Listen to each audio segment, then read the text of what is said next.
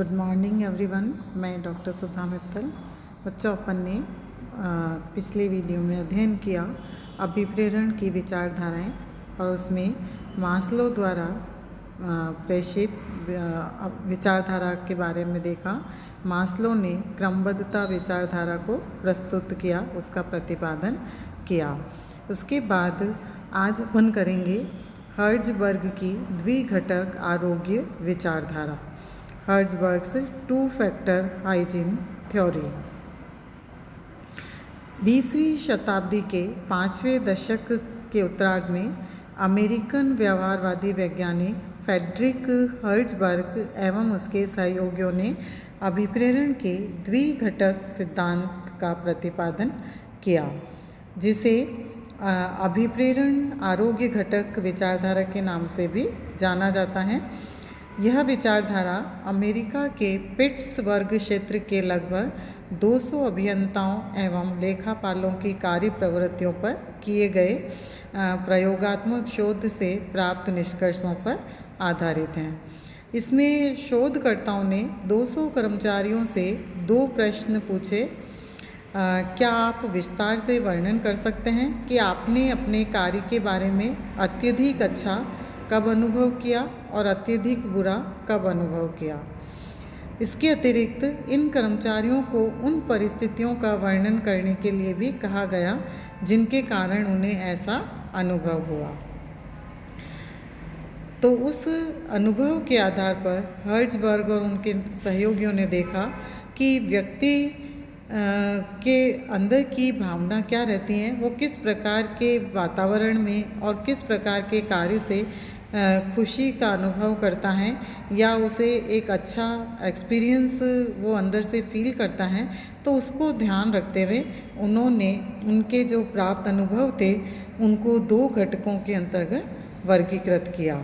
तो वो जो घटकों का वर्गीकरण है तो हर्ट्ज़बर्ग ने कर्मचारियों से प्राप्त जो रेस्पॉन्सेज हैं उनका विश्लेषण किया और उन्होंने अपना मत दिया कि जब कोई व्यक्ति अपने कार्य के प्रति असंतुष्ट होता है तो इस असंतुष्टि का कारण वह वातावरण होता है जिसके अंतर्गत वह कार्य कर रहा है। और इसके विपरीत उक्त दोनों प्रकार के जो घटकों का उन्होंने इसके विपरीत जो स्थितियाँ उन्होंने देखी वो हैं कि कार्य से संतुष्टि का अनुभव करता है तो वह संतुष्टि केवल उसके द्वारा निष्पादित कार्य के द्वारा ही प्राप्त होते हैं। तो इसलिए आवश्यकता के प्रथम समूह को उन्होंने आरोग्य घटक और द्वितीय समूह को उन्होंने अभिप्रेरण घटकों का या तत्वों का नाम दिया। और हर्ट्ज़बर्ग ने इन सभी घटकों को निम्नलिखित 2 वर्गों में विभाजित किया। जैसे इसमें टेबल में अपन देख रहे हैं आरोग्य घटक और अभिप्रेरक घटक। तो जब उन्होंने कर्मचारियों से प्राप्त रेस्पॉन्सेस को देखा, एनालिसिस किया, तो उनमें से जो आरोग्य घटक जिनका नाम उन्होंने दिया तो उसमें जो जो तत्व सम्मिलित थे वो थे कंपनी की नीतियाँ एवं प्रशासन, कार्यदशाएँ, कार्य सुरक्षा, वेतन, पर्यवेक्षण की किस्म, अधिकारियों, सहकर्मियों एवं अधीनस्थों के साथ अंतर व्यक्तिगत संबंध। तो जिन कर्मचारियों को इन तत्वों को, इन घटक को ध्यान रखते हुए वो संतुष्ट या असंतुष्ट का जो उन्हें अनुभव हो रहा था या जो उनके वातावरण के प्रति उन्होंने अपने रेस्पॉन्स दिए उनको उन्होंने आरोग्य घटक के रूप में प्रस्तुत किया। और ये उन कर्मचारियों पर लागू होते हैं ये फैक्टर जो इन स्थितियों के अकॉर्डिंग अपने कार्य का निष्पादन करते हैं और काम के लिए वो अभिप्रेरित होते हैं।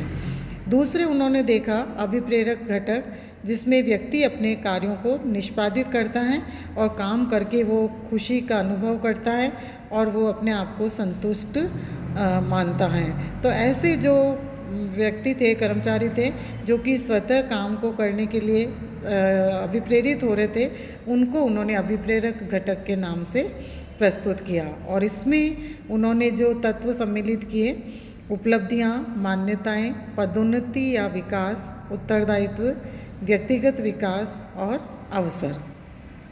तो ये इस प्रकार के जो फैक्टर्स देखे गए या इस तरह के जो तत्व थे तो वो मोटिवेशनल थे, और जो कर्मचारी वास्तव में कार्य को निष्पादित करते हुए अगर संतुष्ट होते हैं तो उन्हें इन तत्वों के माध्यम से और अधिक काम करने के लिए प्रेरित किया गया, और वो ज़्यादा अच्छे तरीके से अपने कार्यों को क्रियान्वित करते हुए उद्देश्यों में अपने सहयोग दे पाए। तो इस प्रकार से उक्त दोनों प्रकार के घटकों का अगर हम देखें तो संक्षिप्त जो इनका विवेचन है, आरोग्य घटक हाइजीन फैक्टर्स, जब व्यक्ति अपने कार्य से असंतुष्ट होते हैं तो इसका कारण वातावरण है जिसमें वे कार्य करते हैं, और हर्ट्ज़बर्ग ने इस वातावरण को प्रभावित करने वाले घटकों को आरोग्य या पोषक घटक कहा है, और ये सभी घटक मनुष्य के वातावरण से संबंधित हैं और मनुष्य को संतुष्ट होने से रोकते हैं। इन सभी घटकों को हर्ट्ज़बर्ग एवं उनके सहयोगियों ने बाहरी या बाह्य घटक माना है। दूसरे अभिप्रेरक घटक मोटिवेटर्स फैक्टर्स, जब व्यक्ति कार्य से संतुष्ट होते हैं तो यह केवल उनके द्वारा किए गए कार्य से प्राप्त हुई मानी जाती हैं। अन्य शब्दों में हम कहें तो कार्य संतुष्टि केवल निष्पादित कार्य से ही प्राप्त की जा सकते हैं। हर्ट्ज़बर्ग ने संतुष्टि प्रदान करने वाले घटकों को अभिप्रेरक या संतोषदायी घटक के नाम से प्रस्तुत किया है, और ये सभी घटक मनुष्यों को अधिक कुशलता के साथ काम करने के लिए प्रेरित करते हैं। इन सभी घटकों को हर्ट्ज़बर्ग एवं उनके सहयोगियों ने कार्य के आंतरिक घटक के रूप में माना है। इस प्रकार हर्ट्ज़बर्ग ने कार्य से संतुष्टि और असंतुष्टि की विचारधारा को नवीन रूप से प्रस्तुत करते हुए कहा कि संतुष्टि का विपरीत असंतुष्टि नहीं है जैसा कि पहले माना जाता रहा है। अतः संतुष्टि एवं संतुष्टि नहीं में एक कॉन्टिन्यूम सातत्व विद्यमान रहता है, जैसा कि इस रेखा चित्र से हम स्पष्ट देखते हैं कि परंपरागत विचारधारा जो कि संतुष्टि और वो असंतुष्टि, केवल ये दो भागों को ध्यान रखा जाता था कि व्यक्ति संतुष्ट हैं या असंतुष्ट हैं। हर्ट्ज़बर्ग की विचारधारा बताती है कि संतुष्टि अभिप्रेरक और संतुष्टि नहीं, संतुष्टि नहीं कार्य, आरोग्य घटक और असंतुष्टि और वातावरण। तो इस प्रकार से हर्ट्ज़बर्ग ने इस विचारधारा में संतुष्टि और असंतुष्टि के मध्य डिफरेंस करते हुए बताया कि कोई भी व्यक्ति संतुष्टि तभी प्राप्त कर सकता है जब वो अपने वातावरण से प्रभावित होता है और अपने कार्यों को निष्पादित करता है। दोनों घटकों के माध्यम से एक कर्मचारी अपने कार्य के प्रति मोटिवेट हो सकता है या अभिप्रेरित हो सकता है। तो हर्ट्ज़बर्ग ने अपनी विचारधारा में यह स्पष्ट किया कि आरोग्य घटक एवं अभिप्रेरक घटक एक दूसरे के विरोधी नहीं है, अपितु एक दूसरे के सप्लीमेंट है, पूरक है। इसलिए ये दोनों संस्था के कार्य वातावरण में एक साथ विद्यमान रहने चाहिए, तब ही कर्मचारी को पर्याप्त रूप से अभिप्रेरित किया जा सकेगा। तो इसका कारण यह है कि दोनों प्रकार के घटकों की भूमिका अलग अलग है और ये दोनों मिलकर एक दूसरे को संपूर्ण करते हैं। तो यहाँ जहाँ आरोग्य घटक कर्मचारी को असंतुष्ट होने से रोकते हैं तथा उसके संतुष्टि स्तर को बनाए रखते हैं, लेकिन जहाँ यह उससे संतुष्टि स्तर को बढ़ा नहीं सकते, वहाँ अभिप्रेरक घटक कर्मचारी के संतुष्टि स्तर को बढ़ाकर उसे अधिक एवं अच्छा तथा अच्छा कार्य करने के लिए प्रेरित करते हैं। इसलिए स्वयं हर्ट्ज़बर्ग का मानना था कि संस्था के कार्य वातावरण में पर्याप्त मात्रा में आरोग्य घटक बनाए रखने चाहिए ताकि कर्मचारी में असंतोष उत्पन्न नहीं हो सके, और इसके अतिरिक्त कार्य वातावरण में प्रबंधकों को पर्याप्त मात्रा में अभिप्रेरक या संतोषदायी घटक भी पर्याप्त मात्रा में उपलब्ध करने चाहिए ताकि कर्मचारी संतुष्टि स्तर में अभिवृद्धि करके उसे पर्याप्त रूप से अभिप्रेरित किया जा सके। तो इस तरह से अभी हर्ट्ज़बर्ग ने अपने इन घटकों को स्पष्ट किया, और इसमें हम देख सकते हैं कि आरोग्य जो आवश्यकताएं हैं वो कार्य वातावरण से असंतोष को दूर करने और संतुष्टि स्तर पर को बनाए रखने के लिए जरूरी होते हैं और इस हेतु आवश्यक होते हैं आरोग्य घटक। कंपनी की नीतियां एवं प्रशासन, कार्य सुरक्षा, कार्य दशाएं, वेतन, पर्यवेक्षण की किस्म, अधिकारियों, सहकर्मियों एवं अधीनस्थों के साथ अंतर व्यक्तिगत संबंध। तो ये क्या प्रभावित करते हैं? कार्य असंतुष्टि के स्तर को, और इस प्रकार से ये प्रभावित करते हैं अभिप्रेरण के स्तर को। और उसके बाद कार्य संतुष्टि के स्तर को, फिर अभिप्रेरक घटक उपलब्धियां, मान्यताएं, पदोन्नति, विकास, अवसर, उत्तरदायित्व, व्यक्तिगत विकास, और इस प्रकार से इस हेतु आवश्यक होते हैं जो अभिप्रेरण की आवश्यकता है कर्मचारी संतुष्टि स्तर में वृद्धि करने के लिए। तो इस तरह से ये रेखा चित्र से स्पष्ट है कि किस प्रकार से आरोग्य आवश्यकताएं और अभिप्रेरण आवश्यकताएं व्यक्तियों के संतुष्टि के स्तर को बताती है और व्यक्ति अपने उस स्तर के अकॉर्डिंग काम करने के लिए अभिप्रेरित होता है और अपने आप को संतुष्टि का अनुभव करता है। अब हम इसका मूल्यांकन करते हैं, इवेल्युएशन। तो हर्ज़बर्ग की द्विघटक आरोग्य विचारधारा का मूल्यांकन पक्ष में तर्क इसके देख सकते हैं। इस विचारधारा द्वारा अभिप्रेरणात्मक घटकों एवं मानवीय व्यवहार की जटिलता को आसानी से समझा जा सकता है। प्रबंध व्यवहार में इसकी उपयोगिता व्यापक है। यह विचारधारा उच्च स्तरीय कर्मचारियों के लिए खरी उतरी है। यह विवेकपूर्ण विचारधारा है क्योंकि कारण एवं परिणाम का संबंध स्थापित करती हैं।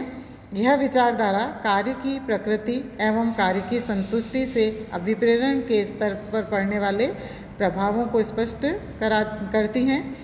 यह विचारधारा तर्क संगत निष्कर्ष प्रस्तुत करती हैं क्योंकि प्रयोगात्मक शोधों पर आधारित है। यह विचारधारा कार्य पुनर्अभिकल्प यानी जॉब रीडिज़ाइन एवं अभिप्रेरण में कार्य समृद्धि, जॉब रिचमेंट के महत्व को स्पष्ट करती हैं। यह विचारधारा प्रबंधकों को यह स्पष्ट करती है कि कर्मचारियों का असंतुष्ट न होने का आशय यह नहीं है कि वे कार्य एवं इसके वातावरण से संतुष्ट हैं एवं अभिप्रेरित हैं। इसका कारण यह है कि ये दोनों अलग अलग पहलू हैं जो अलग अलग घटकों से प्रभावित होते हैं। तो ये इसका मूल्यांकन मान्यता है कि हर्ज़बर्ग ने प्रयास किया कि कर्मचारियों को दोनों ही घटकों के माध्यम से अधिक प्रेरित किया जा सकता है।